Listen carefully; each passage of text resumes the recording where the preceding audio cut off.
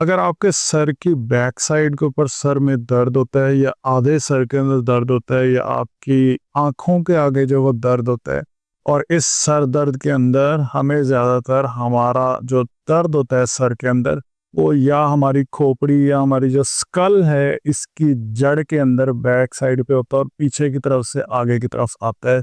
ये जो सर के अंदर दर्द होता है, ये आपको किसी और वजह से नहीं, ये आपके रीढ़ की हड्डी के ऊपर वाले जो मोहरे हैं उनकी वजह से, और रीढ़ की हड्डी के जो ऊपर वाले मोहरे हैं उनको पर लगे हुए पट्ठों की टाइटनेस और अकड़ाव की वजह से होता है। इसको कहते हैं सर्वाइकोजेनिक हेडेक। अक्सर लोग जिनकी बहुत ज़्यादा लंबी जॉब्स हों, उन्होंने ज़्यादा से ज़्यादा देर के लिए बैठना हो, कंप्यूटर यूज़ करना हो, मोबाइल यूज़ करना हो, तो उनके ये सर के अंदर दर्द ज़्यादा होता है। किचन में काम करने वाली फीमेल्स के ज़्यादा होता है। अच्छा, अब उसकी सबसे बड़ी वजह ये होती है, ये देखें अभी आपको इस पिक्चर से बहुत कुछ समझ आएगा। ये जो पोस्चर है ना, ये जो बंदा खड़ा है ये बिल्कुल नॉर्मल खड़ा है, लाइक जिस तरह से खड़े होना चाहिए नॉर्मल पोस्चर है। लेकिन ये जो आगे वाली पिक्चर है ना, ये आपको जो शो कर रही है ना, पाकिस्तान के अंदर और हमारे सब कॉन्टिनेंट के अंदर लोगों का ना पोस्चर का पता ही नहीं है कि बैठना कैसे, उठना कैसे, लेटना कैसे। तकिए लेने, दो दो तकिए लेके लेटे हुए होते हैं। तो ये सिर्फ खड़े होने की या बैठने की मैं आपको पोजीशन बता रहा हूँ। अगर आपकी गर्दन ना आगे की तरफ रहती है, इसको कहते हैं फॉरवर्ड हेड पोस्चर। अगर आप कंटिन्यूअसली आगे की तरफ रहते हैं तो इससे आपके जो यहाँ वाले पट्टे हैं इनके ऊपर बहुत ज़्यादा कंटिन्यूस प्रेशर आता है, स्ट्रेच आता है, खिंचाव आता है। अच्छा, अगर ये आ जाए ना 10 सेकंड, 20 सेकंड, 1 मिनट, ठीक है।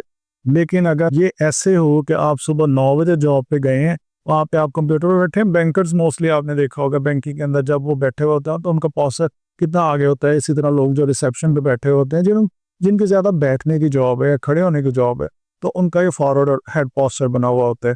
अच्छा, अगर किसी का इस तरह का फॉरवर्ड हेड पोस्चर बना रहे और वो इसको ठीक ना करे, तो इससे एक कंडीशन जो वो बन जाती है और उसे कहते हैं काइफोसिस, जिसे हम आम जुबान में आपने लोगों से सुना होगा कि कुब बन जाता है पीछे की तरफ। ये जो कुब बनता होता है ना, ये 1-2 दिनों के अंदर नहीं बनता। ये हमारी रूटीन ही ऐसी होती है कि हमें बताया ही नहीं जाता कि हमारा पोस्चर कैसा होना चाहिए, बैठना कैसे, उठना कैसे। तो जिन लोगों का पोस्चर सही ना हो तो उनका इस तरह का फॉरवर्ड हेड पोस्चर बनते बनते काइफोसिस हो जाता है। अब आपने ये देखना है कि आपकी रूटीन के अंदर आप इस तरह से रहते हैं या नहीं। अगर आप रहते हैं, अपने पोस्चर को ठीक करें। अच्छा, अब यहाँ पे सवाल आता है, अक्सर लोग मुझसे ये पूछते हैं कि फिर हम क्या करें, हम अपना पोस्चर कैसे ठीक करें अगर हम इस तरह से आगे की तरफ बैठते हैं। मैं पहले तो रिकमेंड करता होता हूँ कि आप एक्सरसाइज करें। उसमें चिन टेक एक्सरसाइजेज हैं, डिफरेंट पोस्चर करेक्शन की एक्सरसाइजेज हैं। अपनी फिजियोथेरेपी करवा लें नियर बाय किसी फिजियोथेरेपी सेंटर से।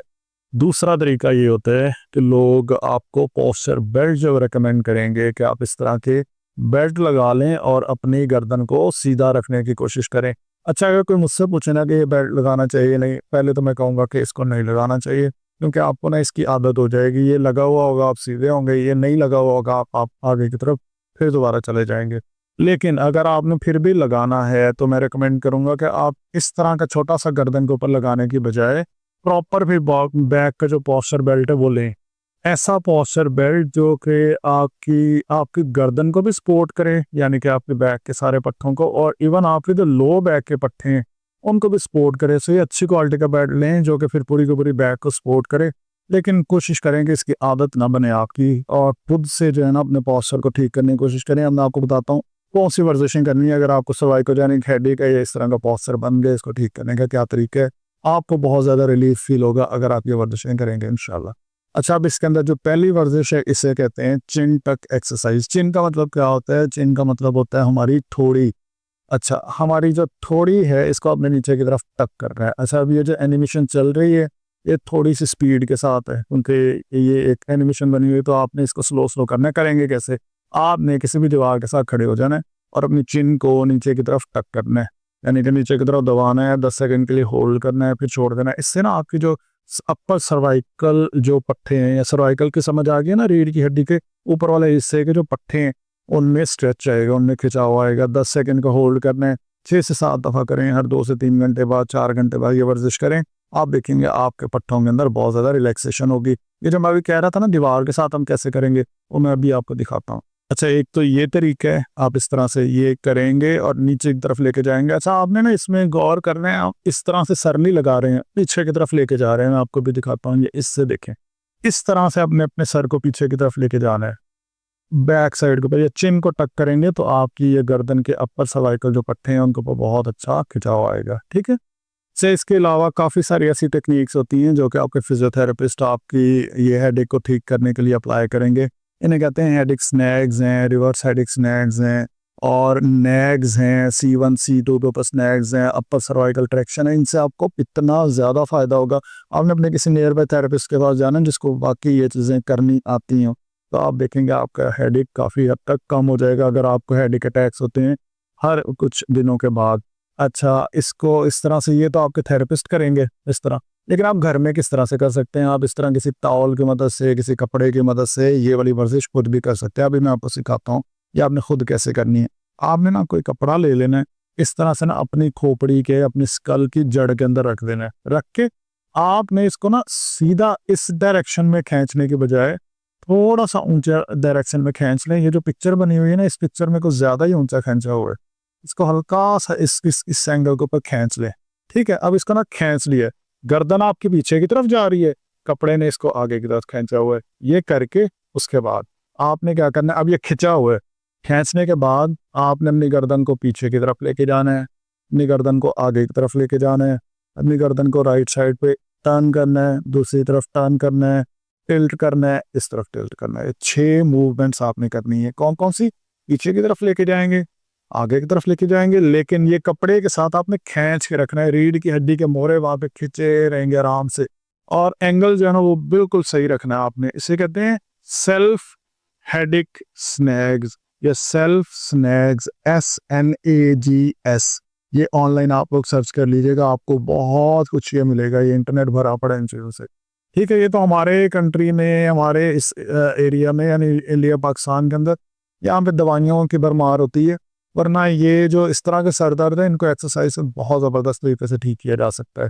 ठीक है, तो इस तरह से आपने कपड़े को लगा के आगे की तरफ खींच के ये 6 मूवमेंट्स करनी है। 10 सेकंड होल्ड करें। अच्छा 10 सेकंड अगर आपको बहुत ज़्यादा लगे, प्रॉपर यूँ ये नहीं होना चाहिए जब मूवमेंट कर रहे हैं पीछे लेके जा रहे हैं, इधर लेके जा, स्पीड से नहीं, पीछे लेके गए, यहाँ पे रोक के रखा हुआ है, पकड़ के रखा आपने अपने कपड़े को, और उसके बाद आगे की तरफ लेके आए, इसको पकड़ के रखना है, इसको उसी डायरेक्शन के अंदर पकड़ के रखना है। ठीक है, जब आप इधर को लेके जा रहे हैं ये सीधा ही रहेगा, यूं नहीं होना चाहिए, आपका हाथ नहीं मूव होना चाहिए। अच्छा, ये एक्सरसाइज आप करेंगे होल्ड कर करके 6 से 7 दफ़ा हर एक मूवमेंट को परफॉर्म करें, उसके बाद आप देखेंगे कि आपको कितना ज़्यादा रिलीफ फील होगा। ठीक है, इसके अलावा भी डिफरेंट टेक्निक्स होती हैं कि आप ये 2 या 3 उंगलियां जो हैं अपनी सर की जड़ के अंदर रख के इसको हल्का हल्का से इस तरह से टैप करते रहें, वहां पे जड़ के अंदर बिल्कुल हल्का हल्का सा टैप करें, लेकिन जोर लगा के और स्लो स्लो हल्का हल्का सा आपने टैप करना है। 10 सेकेंड होल्ड वहां पे जरूर करना है। लाइक होल्ड की बजाय 10 सेकेंड के लिए आपने परफॉर्म जरूर करना है। लाइक ये नहीं होना चाहिए कि आपने ये लगाया और उसी टाइम छोड़ दिया।